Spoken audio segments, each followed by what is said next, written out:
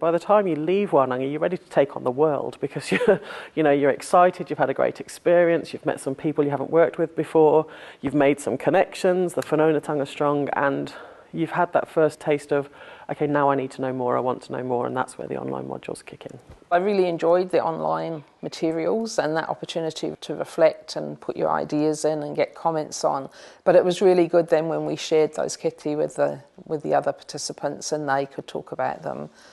Firstly, I was just like trying to work out who I thought I might include, and I just thought, well, it's all about education. I want to choose some people that are influential or can make changes to another group of people. It was good to have that diverse perspectives because I had someone who was in a professional role and the rest were academics, so trying to see how it impacts on different aspects of the university, for someone who's in a largely administrative role, but thinking about their interactions with students and staff. Over 2 days, you're just scratching the surface. What I then wanted them to do was to go back and continue that conversation. So we developed 5 modules. The first module is about that disruption to the status quo. Why do we need to do it? What are some resources that can help us having that conversation?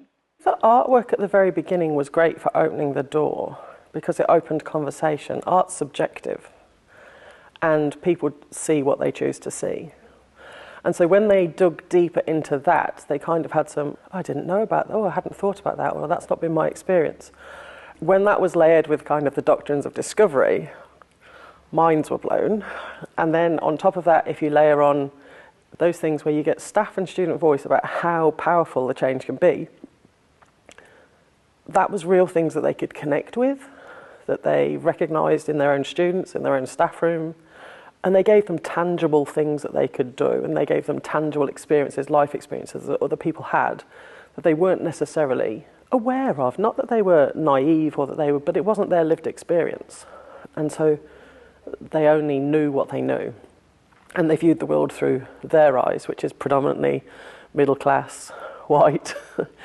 It was a real privilege, and because we came from so many different backgrounds, so both with the blended learning staff but also the other participants, that sharing of our different ideas, our different experiences, both on the marae and then back in our own Akana groups was just really important. And that helped the learning, I think, because people could share and talk about what they'd experienced. And so in my group, a couple of us had grown up overseas and several people had grown up in New Zealand, and that particularly interesting, I think, to hear the New Zealand stories of growing up and how people had, I think, not been aware, even though they were growing up here, of the things that were happening.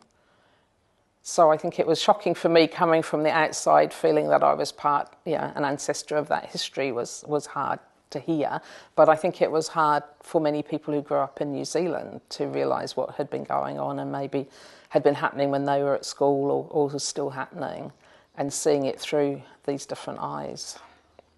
Then we need to start thinking about, okay, if we've disrupted the status quo, if we understand a little bit more about what we need to do in terms of seeking the potential of our Māori learners, what has to happen next? So the 5 modules can be completed over 12 months. And the modules engage with pedagogy, they engage with leadership, they engage with theory, and they engage with practice. What blended learning allows you to do is to go, well, here's the theory that sits behind it, and here's some evidence of practice. Now you're confident that you can link those two things together. This is the time for your agency to kick in, your efficacy to kick in. You now know how to do things and have some examples that you can go off and try, but you also know why you're doing it. And I think the theory providing the why is the strength, because how many times as teachers do we get told to do it this way or do it this way or do it this way? And nobody ever says, and you're doing that because. Here's the theory. It gives you the security to change your own practice because you know the why. You know what the benefit is at the end. And I don't think there are many teachers who don't get excited by thinking, okay, if I do this, it's going to make things better for my students because.